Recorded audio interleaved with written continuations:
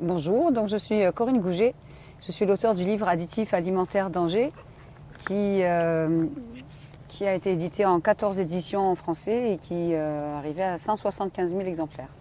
Donc je suis passionnée par le sujet des additifs alimentaires depuis 19 ans et à l'époque j'étais future maman en Angleterre et j'ai découvert un article de 3 pages dans un magazine féminin sur les fameux E, 124, 621, etc. Et E, donc c'est pour Europe. Et après, on met 3 chiffres ou 4 pour désigner un additif. Donc j'ai commencé à éplucher les étiquettes de ce que je mangeais à l'époque quotidiennement. J'ai aussi compris qu'étant enceinte, il fallait que j'évite certains additifs alimentaires dangereux pour l'enfant que je portais. Et je me suis mise à cuisiner absolument tout ce que je mangeais. Des quiches, au sorbet, au gâteau, tout ça de manière traditionnelle. Et donc c'est une passion qui ne m'a jamais lâchée. Sauf que dans les références que j'utilisais, on ne parlait pas d'aspartame. Et ce n'est qu'en 2003, après des années très très difficiles, que j'ai brutalement découvert la vérité sur l'aspartame, on va dire que j'ai découvert la vérité à dose homéopathique. Et d'abord un début de vérité, 25 effets secondaires, puis les 92, et puis en 2005, on m'a offert ce livre imposant qui fait 1020 pages et qui s'appellerait en français « La maladie de l'aspartame, une épidémie ignorée ». Le scientifique qui a écrit ce livre a étudié les effets de l'aspartame sur ses patients pendant plus de 25 ans. Il a rédigé ce livre avec 1300 cas d'êtres humains qui ont eu des effets secondaires qui partent de la migraine à la crise d'épilepsie, à la tumeur au cerveau, à l'endormissement volant, à la rupture d'anévrisme, l'anorexie, l'obésité, la dépression, etc. Donc il a édité ce livre en 2001-2002 et en France on n'en parle pas. Et donc malheureusement, le docteur H.G. Roberts, ancien diabétologue et endocrinologue, nous a quittés il y a 3 semaines. Il est mort à 88 ans de problèmes cardiaques et nous espérons que son livre et son travail puissent encore sauver des milliers de vies, comme cela a déjà fait. Je suis assez triste qu'il soit décédé, puisqu'il a été filmé par une journaliste française très connue et qu'il n'a pas été inclus dans son film, qui s'appelait Notre poison quotidien. Donc voilà, mon livre est aussi édité en hollandais, où on en est à 150 000 exemplaires. Il y a 6 ans, en espagnol, en italien, et la dernière version, c'est la version roumaine, avec un joli petit garçon qui mange une magnifique sucette colorée. Et donc j'aime bien la couverture de celui-là aussi. Mais l'idée, c'est de pouvoir permettre aux consommateurs non avertis de décrypter les étiquettes, parce qu'effectivement, il faut souvent une loupe. Tout ça, c'est écrit en minuscules. Si on prend l'exemple de ces horribles petits friandises, ben là, vous avez le mot Big Ben écrit en gros. C'est des imitations de petits bonbons bien connus, mais moins chers. Et là, pour lire ça sans loupe, là, derrière, c'est pas facile. Donc, du coup, ben, il faut une loupe et pour découvrir avec quel colorant c'est fabriqué. Donc, si on cherche un peu, on va chercher, il y a plusieurs langues, donc c'est malheureusement vendu dans de nombreux pays. Alors, cacahuètes, on s'en doute, il y en a 29%. Enrobé de chocolat au lait, 48%. Dragéfié. Donc, ingrédients sucre, c'est-à-dire qu'il y en a beaucoup, parce que c'est au début. Je vais essayer de trouver. Cacahuètes, beurre de cacao, lait entier en poudre, donc il y a des traces d'OGM, parce que c'est du lait industriel. Lactose, pâte de cacao, ça c'est moins dangereux. Amidon de riz, c'est moins dangereux aussi. Émulsifiant, lécithine de soja. Donc là, même le professeur Gilles-Éric Serlini va parler de traces d'OGM, parce que ça sera du soja transgénique. E476, sirop de glucose, ça c'est pour faire grossir. Cyanocarbone, sel de cuisine, c'est très rare de voir ça. On voit sel, mais sel de cuisine. On se demande si c'est pas du sel iodé ou fluoré. Maltodextrine, c'est une source de glutamate monosodique. Dans la maltodextrine, le glutamate libre qui va provoquer l'addiction. Cacao, 25% minimum. Peut contenir des traces de noyaux divers et gluten. Ça, c'est pour les allergiques. Et en général, sur ce genre de paquet, on voit les colorants à la fin de l'étiquette internationale. Et là, ils sont bien cachés. Ah, si, ils sont là. Ouhou. Voilà, on a carrément E100, qui est un colorant pas dangereux. E120, c'est un colorant rouge, qui est comme ça. E141, E153, je crois que ça doit être un bleu. E162 et E163. Donc on va regarder dans le livre. Il y en a beaucoup. Et celui qui est au milieu, en général, c'est du dioxyde de titane, qui ne semble même pas marqué sur l'étiquette. Là, c'est grave. Donc E100, c'est de la curcumine, colorant jaune d'origine végétale, donc ça va être celui-là. Après, on a donc du E120, là c'est moins drôle. C'est la cochenille, colorant dérivé souvent d'insectes écrasés ou chimiques. Les résultats de ces recherches sur les effets secondaires à long terme sur le système reproductif et le métabolisme ne sont pas encore disponibles à ce jour et ils pourraient être cancérigènes et mutagènes. En général, c'est de l'hyperactivité, de l'asthme, de l'eczéma, des insomnies, etc. Il est très très utilisé. J'ai vu un monsieur ce matin qui a acheté mon livre il y a 4 ans et qui prenait un médicament avec un colorant. Et à chaque fois qu'il prenait ce médicament, il faisait de l'asthme. Et en trouvant les références dans mon livre, il a arrêté ce médicament pour prendre autre chose et il faisait plus d'asthme. C'est quand même impressionnant. Mais c'est un monsieur d'un certain âge. Donc après, on a encore du E141. Donc là, il faut être vraiment... C'est un complexe cuivrique dérivé de la chlorophylle et de la chlorophyline. Donc les rapports sont contradictoires et à forte contenance de cuivre. Risque, asthme, réaction cutanée, allergie respiratoire. Donc on va dire que ça doit être à peu près cette couleur-là, orange. Et après on a encore du E153, charbon végétal médicinal, donc colorant noir qui serait dérivé de cendres végétales, souvent considéré comme inoffensif, mais avec des rapports contradictoires. E162, alors, rouge de betterave. Donc voilà, donc là encore on va dire c'est le moins dangereux. Et on a E163, c'est colorant entre le rose, le violet et le bleu, dérivé de fruits et de légumes. Et moi ce qui m'étonne beaucoup dans ce produit, c'est que le colorant blanc qu'il y a entre le chocolat et le colorant orange ici, eh ben, il n'est pas marqué. Nulle part. Et en général, c'est du dioxyde de titane qui est de plus en plus dénoncé comme contenant des nanoparticules, chers amis. Colorant blanc, combinaison de 2 atomes d'oxygène avec ce métal. Aucune étude à ce jour n'a prouvé que cet additif ne soit pas cancérigène. Donc sur les fameuses cacahuètes Dragévier avec un petit M sur le dessus, là on met du dioxyde de titane pour pouvoir pulvériser le colorant par la suite et avoir cette jolie petite lettre M sur le devant. Et on voit des gens dévorer des sacs entiers. Donc là, ça s'appelle le Big Ben. Évidemment, si vous mangez tout le paquet avec le soja qu'il y a dedans, les produits laitiers, les arômes, etc., vous pourrez devenir un Big Ben vous-même. Mais bon, on ne va pas le dire. Donc je ne sais pas combien ça coûte ça, mais voilà. Sans colorant artificiel, il faudrait aller prouver que ce n'est pas de la cochenille industrielle ou que ça soit vraiment des insectes écrasés. Mais bon, ça ne me donne pas vraiment envie d'en manger. Donc voilà un exemple où il faut vraiment une loupe pour lire ces choses-là. Concernant l'aspartame, vous avez ici donc la photo du docteur H.G. Roberts que vous pourrez encore voir et entendre dans le film Faux sucre, vrai scandale sur Internet. Et donc c'est cet expert qui a écrit cet énorme pavé, comme on dit souvent. Et donc il était endocrinologue et diabétologue. Et dans ce livre, à la page 550 à peu près, il y avait un questionnaire qui s'appelle Survey Questionnaire pour les victimes de l'aspartame. Et ce questionnaire, il se retrouve maintenant dans mon site en français et il s'appelle Intoxication à l'aspartame. Donc on prend de l'aspartame pour maigrir, parce qu'on est diabétique, pour éviter le sucre, pour X raisons. On commence souvent malheureusement par des choses comme ça que tout le monde connaît. La boîte est tellement vieille qu'on ne voit plus les ingrédients derrière. Et on finit sinon par des petites sucrètes moins chères, où il y en a plus, c'est plus dosé. Moins c'est cher, plus il y en aura. Malheureusement, des mamans ou des enfants pensent bien faire pour éviter l'aspartame qui commence quand même à être dénoncé depuis plusieurs années en utilisant de tels chewing-gums. Et là, en tout petit, en exhausteur de goût, alors que c'est un édulcorant, on va trouver le mot aspartame. Et là, ça ne va pas. Donc, les effets de l'aspartame sont d'abord neurotoxiques, c'est-à-dire qu'à chaque dose, il ne faut pas attendre de boire 30 canettes par jour. À chaque fois qu'on prend un chewing-gum, une boisson light, une sucrète, l'aspartame se dégrade dans le corps à partir de 30 degrés, va par les chewing-gums et les bonbons. Le professeur Robert disait c'est comme si on consommait de la nitroglycérine sous la langue. Ça va directement dans le cerveau par les chewing-gums et les bonbons.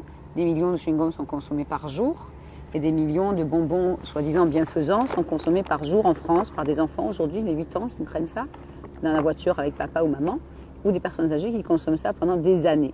Donc à chaque fois qu'on prend une dose d'aspartame, cette molécule est capable d'aller exciter les neurones du cerveau en traversant la membrane censée protéger le cerveau, et on appelle ça la membrane hémato-encéphalique. Et là, va exciter les neurones pour le faire exploser pendant 1 heure à 12 heures. Et les dégâts commencent 2 heures après ingestion environ. Donc le neurone est immédiatement excité, il gonfle, il explose, et après il reste plus grand chose. On a des milliards de neurones, je vous rassure, mais si on commence à les attaquer dès le plus jeune âge, on se retrouve comme en France aujourd'hui, avec des jeunes de 20 ans qui ont Parkinson et Alzheimer en même temps, ou une des deux maladies en France depuis 2-3 ans. Et ça, je n'arrive pas à convaincre les neurologues dans les hôpitaux à Paris, car eux-mêmes consomment des boissons light et ne veulent pas m'écouter. Donc on arrive à des pathologies comme AVC, épilepsie. On a juste 64 000 enfants épileptiques en France aujourd'hui. C'est une maladie qui touchait peu d'enfants il y a 40 ans. Et on ne va pas informer les spécialistes de cette maladie qui s'occupent de ces enfants. Par contre, on va former les instituteurs et institutrices à gérer des crises d'épilepsie chez ces élèves. Voilà. On parle aussi malheureusement beaucoup de l'AVC du nourrisson. Donc là, dans ce livre qui a 1 an, qui est écrit par le professeur Woodrow Monté. Donc ça s'appelle While Science Sleeps, a Sweetener Kills. Pendant que la science dort, un édulcorant tue. C'est clair. Il ne peut pas faire mieux. Donc cet expert est un passionné des maladies modernes, qu'il a étudié pendant des années, toute sa vie. Et donc il a spécialement étudié les effets du méthanol. Le méthanol, on le voit le retrouver dans les cigarettes. Quand on fume une cigarette ou un cigare, un peu moins, on respire du méthanol. Quand on boit des jus de fruits, myrtilles, tomates, pommes, tous les jus de fruits, tout ce qui est légumes aussi en boîte, on consomme un peu de méthanol.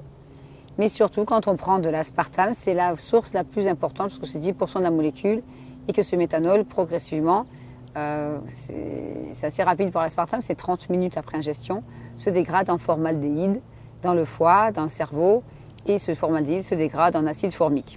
Donc, en 1984-85, le professeur Woodrow Monté est passé à la télé, aux États-Unis, bien sûr, et il a parlé de ce problème de méthanol lié aussi à l'aspartame qui venait d'être sur le marché depuis 81 dans les produits secs et 83 dans les sodas. Et une femme qui était tombée enceinte l'été 84, il faisait très chaud cet été-là, et donc elle a bu 2 litres de soda light connu par jour pendant sa grossesse. Et elle a donné naissance à une petite fille avec les bras un peu atrophiés et la tête complètement déformée par le méthanol sans le savoir. Cette petite fille était en vie lorsqu'elle est née, mais en fait elle a fait un malaise, elle est née sourde et aveugle et elle est morte. Et on a confié une photo de la maman, de cette petite fille qui se rappelait Joy à la maman. Et la maman a vu le professeur Monté à la télé. Et elle a compris pourquoi son enfant était mort. Joy aurait eu 27 ans malheureusement. Et elle est partie chercher l'adresse du professeur Monté pour prendre rendez-vous. Le jour où elle est arrivée dans son bureau, elle était en pleurs avec une bouteille vide de soda light à la main et une enveloppe jaune. Et quand elle a ouvert l'enveloppe, cette photo est tombée par terre et elle a laissé la photo de Joy au professeur Woodrow Monté. Je vais vous la montrer car vous avez le droit de savoir. Je lisais ce livre en janvier 2012. Et la même semaine, je suis partie dans un supermarché prendre des photos de ces petites boîtes ridicules. Et une femme est arrivée avec un caddie, comme ça. Une jeune fille de 13-14 ans qui tenait le caddie avec elle, avec une tête déformée, qui bavait, même pas trisomique, avec un crâne déformé et qui ne pouvait pas parler. Et j'ai tourné la tête, c'était très dérangeant de voir un enfant avec une tête pareille. Et cette femme était en surpoids, avec des bottements au niveau des hanches, les cheveux abîmés, des kilos en trop, la peau toute abîmée aussi. Et elle s'est agrippée juste à 20 cm de moi à l'étagère pour aller prendre sa recharge de ça. Et j'étais choquée, je pensais à ce livre, je pensais à cette photo de Joy. Et je voyais cet enfant du coin de l'œil, je disais, ah, c'est pas possible ce que je vois. Et cette femme, je lui dis, excusez-moi madame, il ne faut pas manger ça, c'est pas bon pour la santé. Je suis conférencière et on essaye à plusieurs personnes d'interdire l'aspartame dans le monde. Il nous dit, écoutez, ça fait 15 ans que j'en prends dans mon café tous les matins, je ne vais pas m'arrêter, je m'arrêterai que quand ça sera interdit. Donc agressive, etc. Ça fait des années qu'elle en prend, donc 15 ans tous les jours. Et c'est pour ça qu'elle a dû en prendre pendant la grossesse, que sa fille est complètement cérébralement déformée physiquement et mentalement. Et donc je n'ai rien pu dire, elle a pris sa recharge, elle a jeté dans son caddie, elle a fait 5 mètres, c'était en janvier. Et une amie à elle s'arrête et lui dit « Ah bonjour, comment ça va? Bonne année et surtout bonne santé !» Et elle me dit « Ah la santé c'est trop tard !» Et j'étais vraiment choquée de me dire « Mais pourquoi on a laissé faire ça ?» On sait pourquoi, mais... Et j'ai appelé le professeur Woodrow Monté aux États-Unis et j'ai raconté ce que j'ai vu. Il me dit, Corinne, j'en vois plein aussi. Et c'est malheureux de voir des enfants, des êtres humains handicapés à vie à cause de cette molécule consommée pendant la grossesse. Donc j'ai montré cette photo et ce livre à certaines personnes du ministère de la Santé le 28 mars dernier. Ils ont tourné la tête et ils n'ont rien fait pour prévenir des millions de Français innocents qui ne sont pas bilingues. Je suis désolée, la photo n'est pas très belle. mais il faut que les gens sachent ce que peut faire l'aspartame. Voici Joy, petite fille qui est morte le jour de sa naissance, donc, à cause de l'aspartame consommé à 2 litres par jour dans les soda light par sa maman pendant la grossesse.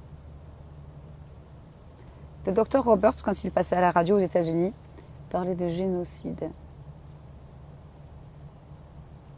Et je soupçonne qu'il a tenu les mêmes propos devant cette célèbre journaliste française lorsqu'elle l'a interviewé en 2009, et que ce n'est pas dans le film. Et je suis vraiment déçue parce que maintenant qu'il est décédé, il est évident qu'il ne fera plus d'interview. Maintenant, je vais vous montrer aussi les dessins du livre du docteur Blaylock. Donc ça, le docteur Blaylock, c'était cet expert qui est aussi dans mes relations.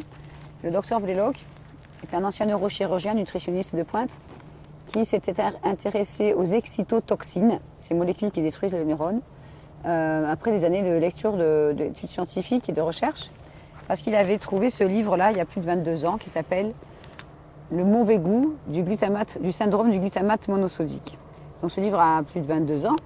Donc du coup, il s'est mis à écrire celui-ci, qui est sorti en 1997, avec pas plus de 493 références scientifiques.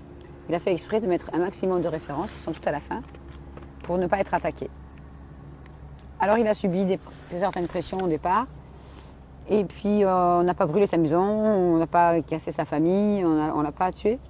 Mais il y a eu aussi des interviews boycottées, des articles de presse annulés, etc. Et ça fait depuis plus de 20 ans qu'il fait des conférences sur ce sujet. Maintenant, aujourd'hui, il dénonce aussi le fluor, les vaccins, les traînées dentielles, etc. Mais c'était un homme extraordinaire qui a fait beaucoup de conférences, de vidéos, qui est aussi dans ce film Faux sucre, vrai scandale, et dont le papa est décédé de la maladie de Parkinson. Le mien aussi a cette terrible maladie. Et lui, c'était surtout à cause du glutamate monosodique dont on va parler, de ces petits plats en boîte dont mon père raffolait. Et il en mangeait tous les jours, tous les jours, tous les jours. Donc ça fait 20 ans que mon père est victime de cette maladie qui est assez terrible. Donc dans ce livre, on voit les effets du glutamate au bout de 2 heures sur les neurones. C'est un livre entièrement en anglais et assez médical, donc j'ai trouvé personne pour le traduire. Donc ça, c'est à forte concentration. La forte concentration, ça sera une boîte entière de chips. Faible concentration, ça sera quelques chewing-gums, un bouillon cube dans une sauce, etc. Donc là, vous avez le neurone est excité, effet immédiat, il gonfle. Là, c'est à forte dose, là, c'est à faible dose, il est un peu excité. Là, il est toujours pareil au bout d'1 heure, là, il a explosé. Et puis au bout de 2 heures, il reste plus grand-chose du neurone. Donc du coup, il est évident qu'il est préférable d'éviter de consommer ces excitotoxines rajoutées en excès dans la nourriture industrielle. Et on estime aux États-Unis que ces excitotoxines, surtout celle-là que je vais vous montrer, le glutamate monosodique ou E621, est présent dans plus de 95% des aliments industriels. Donc qu'est-ce qui reste à manger dans ces élevages industriels pour humains, on va dire rien. Et la chose la plus grave, c'est que certains fertilisants contiennent 30% de glutamate monosodique et sont pulvérisés sur des fraises ou du raisin, par exemple, qui par la suite, dans les confitures de fraises ou le raisin qui est fait transformer en vin, on peut retrouver des traces de glutamate monosodique. Donc certains Américains qui sont friands des spécialités culinaires européennes viennent en vacances en Espagne, achètent du vin ou passent en France acheter de la confiture, par exemple, et rentrent aux États-Unis avec ces produits. Et quand ils en consomment, ils réagissent au glutamate monosodique sans savoir qu'ils en ont consommé, puisque c'était dans le fertilisant. C'est affolant. Donc si vous allez sur mon site qui est www.santéendanger.net, vous allez dans la rubrique vidéo mes articles, et dans mes articles, il y en a un qui a été écrit pour Kousmine et qui s'appelle « Les excitotoxines, vous en mangez peut-être tous les jours sans savoir ». Et là, j'explique bien les effets secondaires, les références, etc. et l'histoire de ce fertilisant qui contient 30% de glutamate monosodique. Donc on n'est pas sorti de l'auberge. Jack Samuels, un très bon ami à moi qui est décédé il y a 1 an aussi d'un problème cardiaque, et qui avait survécu 30 fois une intoxication au glutamate, Jack Samuels m'expliquait qu'en fait, c'était vraiment très très grave ce qui se passait dans la nourriture et qu'il fallait alerter le plus grand nombre de personnes possible. Et les dégâts neurologiques au niveau du glutamate monosodique peuvent durer entre 1 heure à 48 heures après chaque dose. Donc si vous prenez des adorables petites boîtes de plats préparés, vous avez des fois 5 à 6 sources de glutamate monosodique différentes dans le même plat. Le but, comme le dit le docteur Blaylock, c'est de donner du goût à quelque chose qui n'en a pas, qui garantit 1 an, 2 ans, voire plus dans la boîte, et qui, sans ça, n'aurait pas envie d'en manger.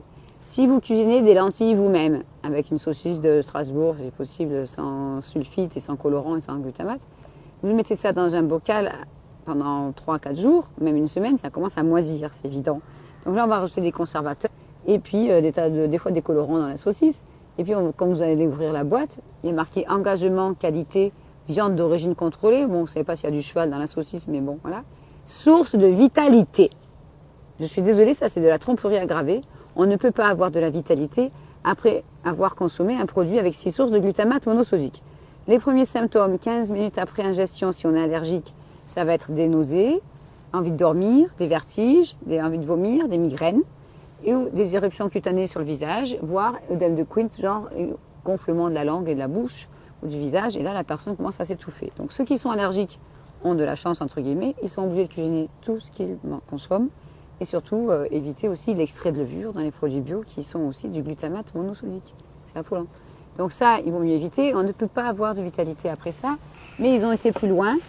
Ils ont fait format croquette pour chien, pâté pour chien, format familial, on va dire. J'en donnerai même pas à mon chien. Et là, les enfants, l'enfant qui m'a donné ça a mangé ça avec sa soeur, son frère et sa maman.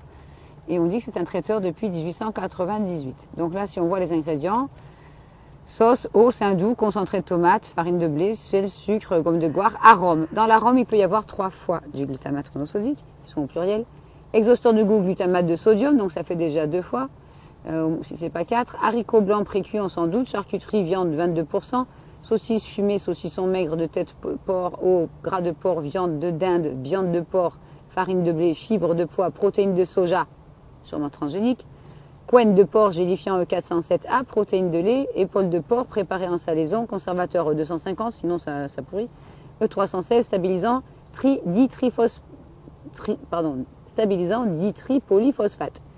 Et ça, c'est censé être un plat familial avec moins de sel. Je préfère rigoler parce que... Donc j'en donnerai même pas à mon chien, même si quand j'ouvre des boîtes que j'achète des fois pour les prendre en photo, rien qu'à l'odeur du glutamate, ma chienne est toute excitée, elle me suit partout, elle sent ça dans la pièce et je m'empresse vite de mettre ça à la poubelle et fermer le sac et aller le mettre dehors. Parce que rien qu'à l'odeur, ça rend un peu excitée. Donc c'est aussi dans cette boîte de chips, c'est très connu. J'ai acheté la boîte exprès parce que là, il y a quand même de l'abus. Exploding Cheese and Chili, goût explosif au chili et au fromage, avec même un thermomètre qui vous montre que c'est vraiment, si vous arrivez là, il faut éteindre le feu. Il y a même un instincteur. Et donc, bursting with more flavor, ça veut dire que ça explose avec plus de goût. Et c'est, comme vous vous en doutez maintenant, c'est pas le goût qui explose, c'est vos neurones. Et avec une boîte comme ça, selon de nombreuses recherches, on peut aussi faire un arrêt cardiaque quelques heures après avoir ingéré une boîte entière. C'est affolant. Le but, c'est de donner du goût. Si vous allez sur Internet, et YouTube, et vous tapez la vérité sur le glutamate monosodique, vous verrez une vidéo qui dure 13 minutes, sous-titrée en français par un de mes amis, et qui a été diffusée à la télé en 1991 aux États-Unis, et après en janvier 1992. Si cette vidéo avait été rapportée par les médias français à la télévision à l'époque, nous aurions moins d'arrêt cardiaque, d'AVC, d'obésité, nous aurions moins d'enfants hyperactifs ou dérangés, nous aurions moins de Parkinson et d'Alzheimer, entre autres, voire des cancers. Car l'aspartame peut déclencher un cancer et le glutamate le fait grossir comme un feu de paille, car la tumeur cancéreuse, selon le professeur Blaylock, se nourrit de glutamate monosodique. Or, qu'est-ce qu'on fait dans les hôpitaux? On ne nous donne surtout pas de conseils en nutrition. Quand la personne sort de son cancer et rentre à la maison, pour lui faire la fête, on va lui cuisiner un plat avec des bouillons cubes, on va lui donner une soupe en sachet ou des chips pour faire la fête et des bonbons. Certains enfants, maintenant qui sont grands, ont aussi offert des petits bonbons aux plantes bienfaisantes à leurs parents ou des chewing-gums menteur-gomme. Et là, le cancer revient et la personne décède quelques mois, voire quelques années plus tard. Et après, les enfants disent « j'ai empoisonné mon père ou ma mère ». Mais ce n'est pas leur faute. Donc du coup, qu'est-ce qu'on peut imaginer comme histoire? L'histoire de Blanche-Neige, que j'utilise avec les enfants. Quand je fais des ateliers pour enfants, parce que je n'explique pas la même chose aux enfants qu'aux parents, d'où l'intérêt de faire un atelier pour enfants, par exemple, un vendredi après-midi dans une école maternelle, primaire, un collège ou un lycée, et le soir, si nous avons une pièce à disposition, faire une conférence pour les parents. Donc pour les enfants, j'utilise cette histoire avec la sorcière. Pourquoi la sorcière fait la pomme? Est-ce qu'elle est belle? Est-ce qu'elle n'est pas belle? Est-ce qu'elle est intelligente? Est-ce qu'elle n'est pas intelligente? Pourquoi elle ne mange pas sa pomme? Et après, on passe à Blanche-Neige qui la mange, parce qu'on lui ment. Et Blanche-Neige tombe par terre, s'endort pendant des années, soi-disant, jusqu'au jour où le prince charmant vient l'embrasser et elle se réveille. Donc les enfants rigolent, quand on parle du prince, ils font ah. Donc voilà. Et j'explique aux enfants après, vous êtes tous des princes et des princesses, vos parents vous aiment, et pour vous faire plaisir, ils vont vous acheter une petite sucette qui tache la langue, des petits bonbons pour vous faire plaisir, des petites chips pour l'apéritif, voire des bonbons gélifiés. Parce que les parents ne savent pas ce qu'il y a dans ces produits. Là, il devrait y avoir les ingrédients sur le papier, là où c'est plissé. Ils n'y sont pas. C'est pas vraiment légal. Et le temps qu'on ait enlevé le papier de toute façon, on n'irait pas le lire et on a déjà la sucette dans la bouche. Ce colorant, c'est du E133, bleu brillant FCF, qui est toxique. Et dans les années 70, il a été injecté dans la peau de rats et ça a provoqué des cancers au point d'ingestion. On dit rien, on laisse faire. Donc c'est un colorant qui a envie de sucer ça. Ça fait penser au ciel, de vacances, à la plage, au bleu, ça détend. Et l'enfant va avoir très rapidement la langue bleue, la salive bleue, les gencives bleues, les lèvres bleues, et il rigole. Seulement le colorant, il faut bien expliquer que c'est le même utilisé dans des petits gels douche qu'on distribue gratuitement dans certains hôtels. C'est la même couleur, sauf que ce n'est pas le même code. Donc dans la nourriture, c'est E133 ou bleu brillant FCF, quand ils mettent le nom et pas le code. Ou dans les cosmétiques, comme ce petit gel douche gratuit, du CI 42090. Colorant bleu de synthèse utilisé dans des tonnes de bonbons, de sucettes, de chewing-gum, de cosmétiques, de médicaments. Risque hyperactivité, asthme, urticaire, insomnie et cancer. Mélangé au 621, ce colorant devient 4 fois plus dangereux. Et on en met dans des tonnes de bonbons pour enfants. Il y a un problème. Donc après, on va dire qu'il y a de plus en plus de cancer de l'estomac chez les enfants. Ou de cancer en général de l'enfant. Mais l'enfant, on va lui offrir des repas au McDonald's dès qu'il a fini sa maladie. Ou on va lui donner des bonbons parce qu'il a souffert. Moi, je suis dégoûtée. Je suis dégoûtée de ce que je vois. Absolument dégoûtée. Et quand vous voyez une petite fille qui arrive à mon stand, « Ah, c'est quoi toutes ces boîtes de chewing-gum » Elle a plus de cheveux, elle a plus de sourcils, elle a sous chimiothérapie, elle a un foulard à fleurs pour cacher sa calvitie. Et le papa et la maman sont là avec la petite sœur et le grand frère. Ils ont la misère sur le visage, parce que c'est très dur de vivre une épreuve pareille avec un enfant atteint d'une tumeur au cerveau.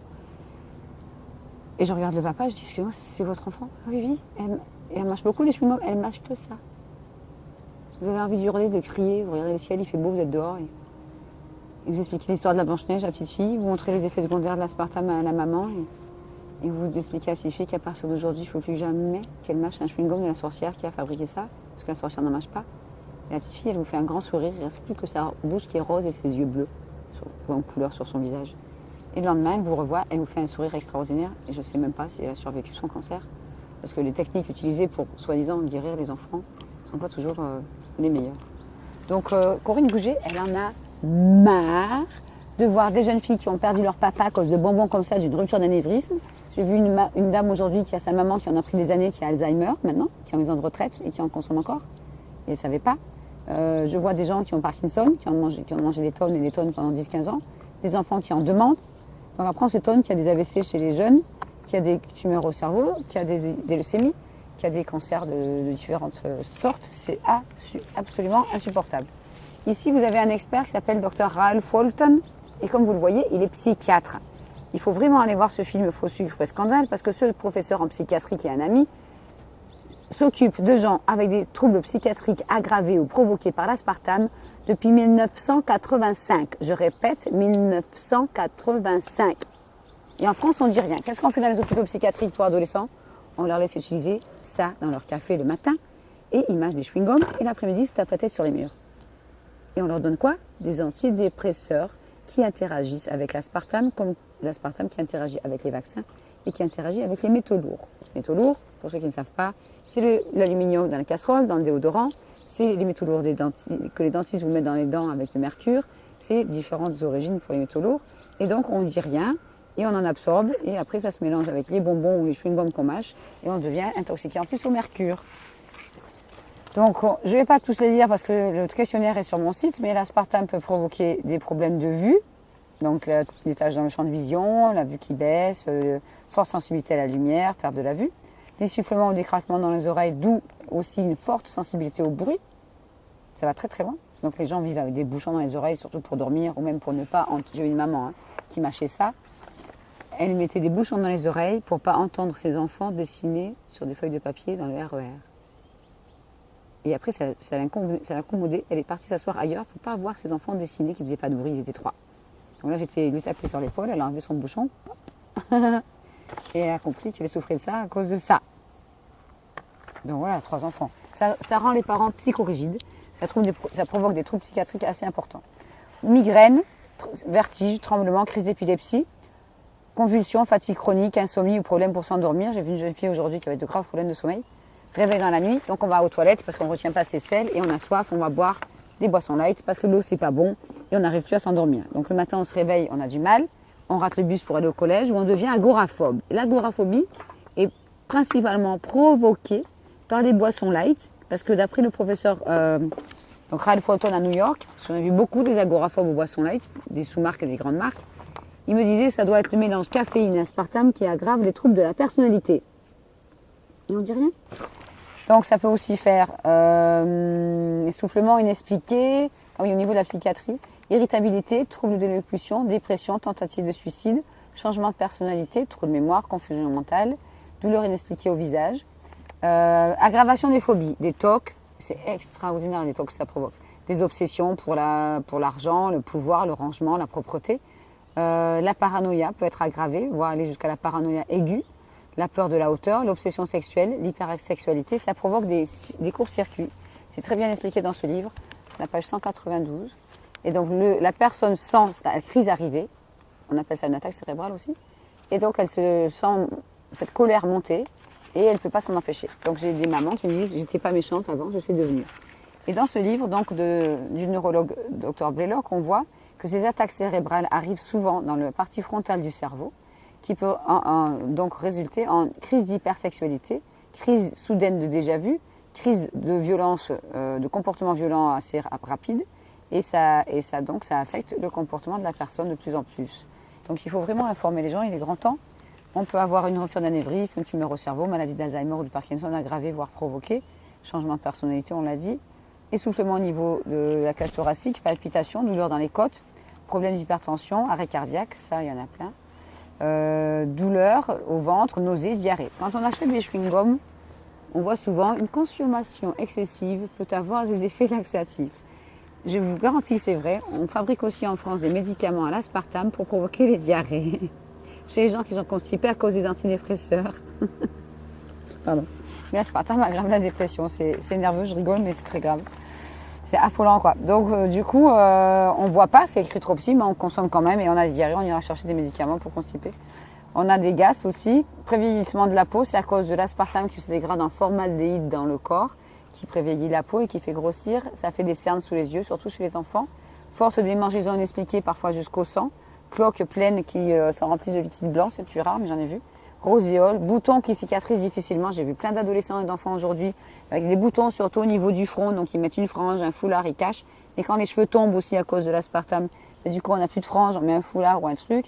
Et puis on achète des crèmes pour ces boutons qui s'accumulent là et qui ne cicatrisent une fois qu'on a arrêté l'aspartame.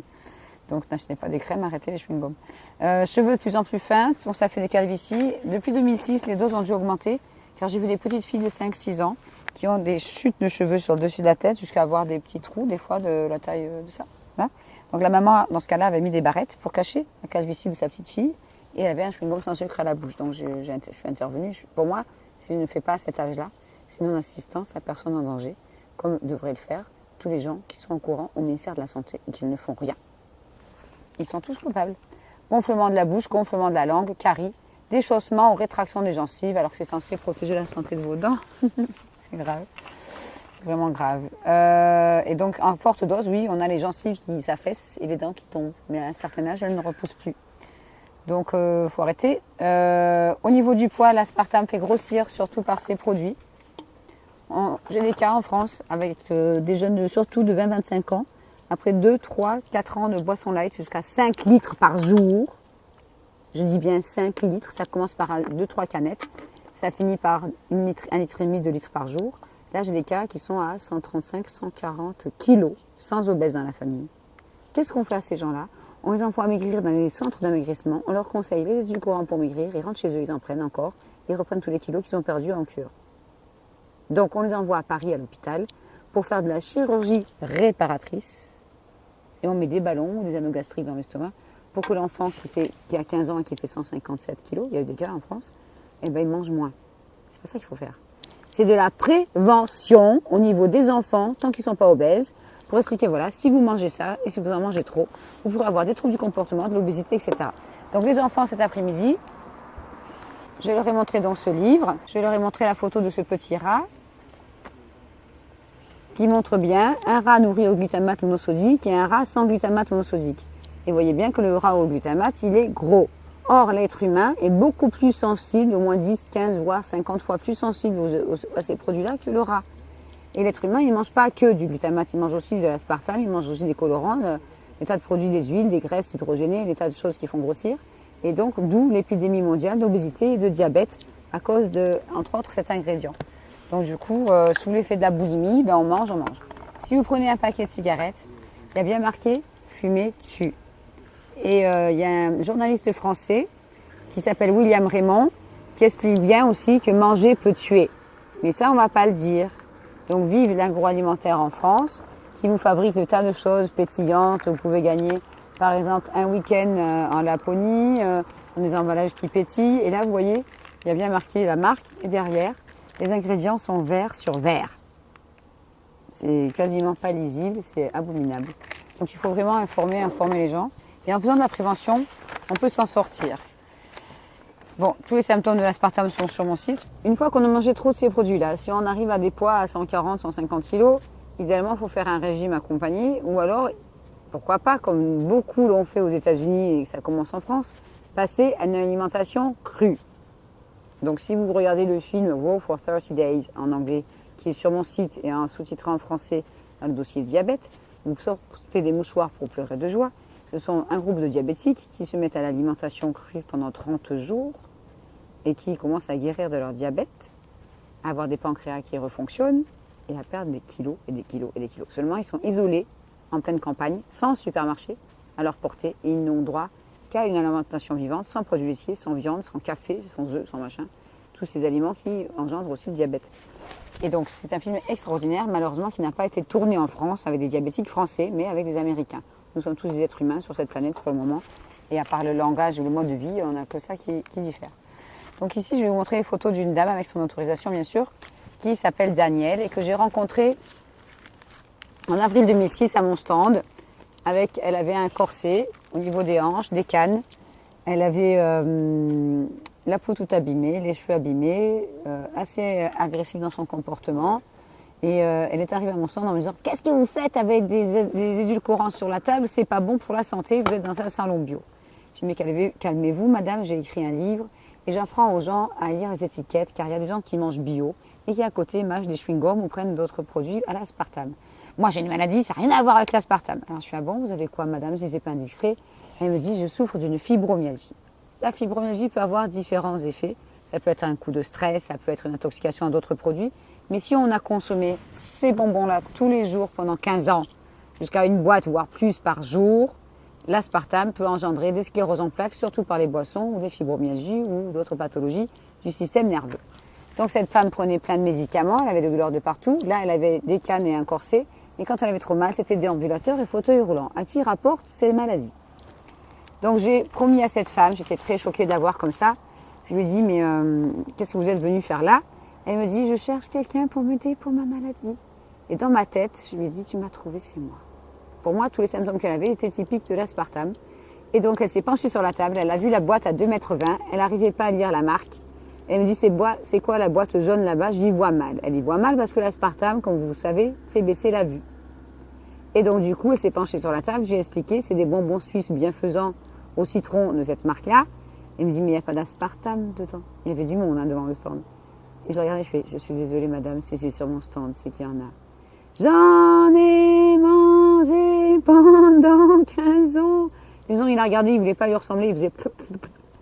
Donc la pauvre femme, je l'ai assise sur la chaise. J'ai mis les dossiers en français sur le sujet. Elle était choquée. Elle tremblait. Elle me disait, je dansais le rock'n'roll toute la nuit parce que je n'arrivais pas à dormir. J'allais toujours chercher ma boîte de bonbons. Je revenais chez moi si j'avais oublié. Et j'avais toujours un bonbon dans la bouche pour danser. Donc là, avec les cannes et le corset, la danse était finie. Et puis au bout d'un moment, je me suis retournée, je lui ai dit, madame, je vais vous aider. Je trouverai tous les thérapeutes qu'il faut pour vous désintoxiquer jusqu'au jour où vous redanserez le rock'n'roll. Puis pourquoi t'as dit ça si ça marche pas? Parce que je connais Corey Brackett, la réalisatrice du film Faux sucre, vrai scandale, qui est totalement remise d'une sclérose en plaques après 20 ans de boisson light.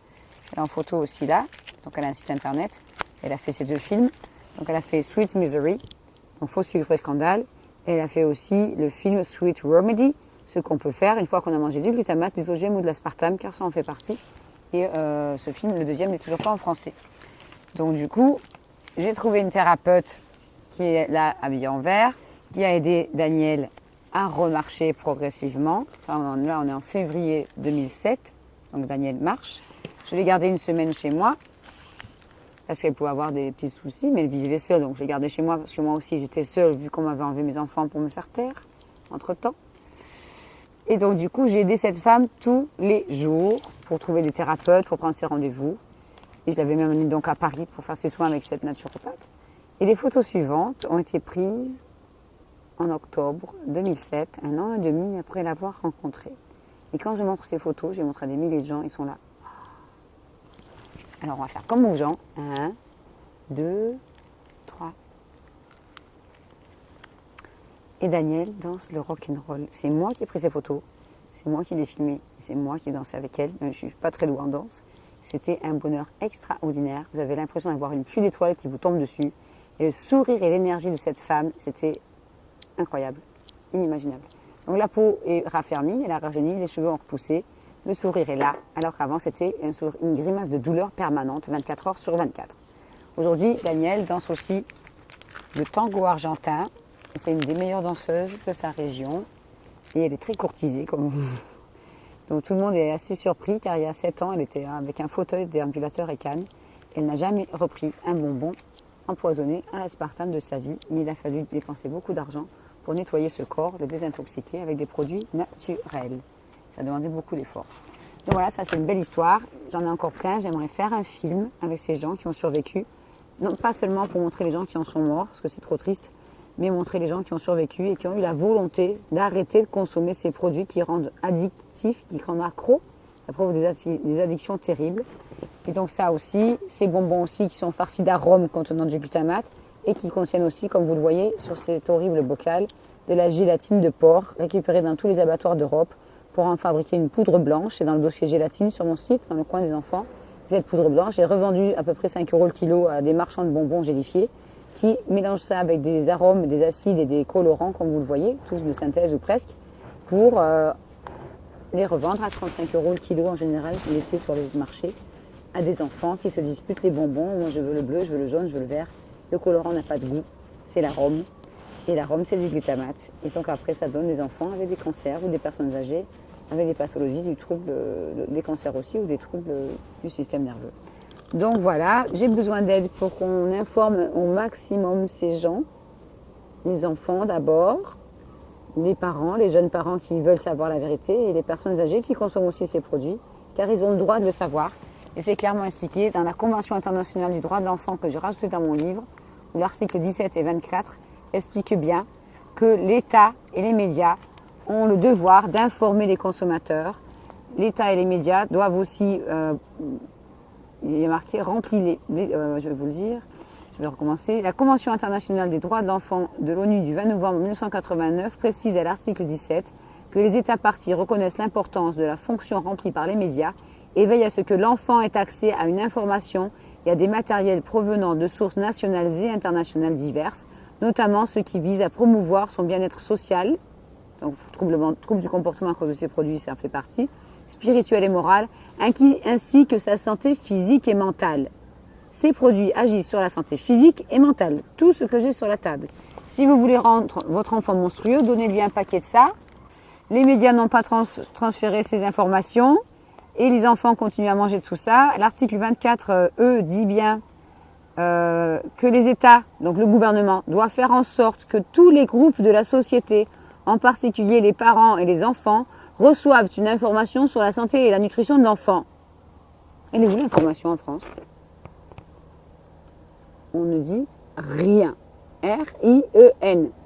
Donc c'est un grand bonheur de faire des ateliers pour des enfants comme on a fait hier et aujourd'hui, pour leur faire chasser les additifs, les colorants, les édulcorants, les machins, les trucs.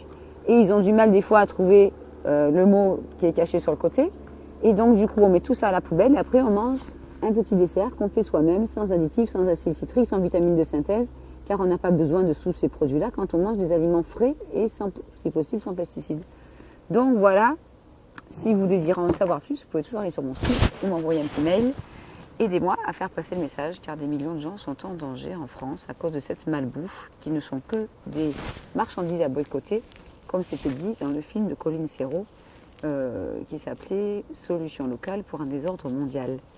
Et donc voilà, vous êtes les patrons de ces gens-là, vous leur donnez de l'argent, vous votez pour eux quand vous achetez ces produits. Il ne tient qu'à vous d'acheter autrement, de consommer intelligemment, d'acheter vos produits frais, si possible locaux auprès des gens qui les font pousser ou qui les cultivent, ou qui les élèvent, et selon vos choix. Et donc du coup, de donner de l'argent à des gens qui vont pouvoir produire mieux pour vous, qui consommeraient mieux. Voilà. Bonne santé à vous, surtout à vos enfants.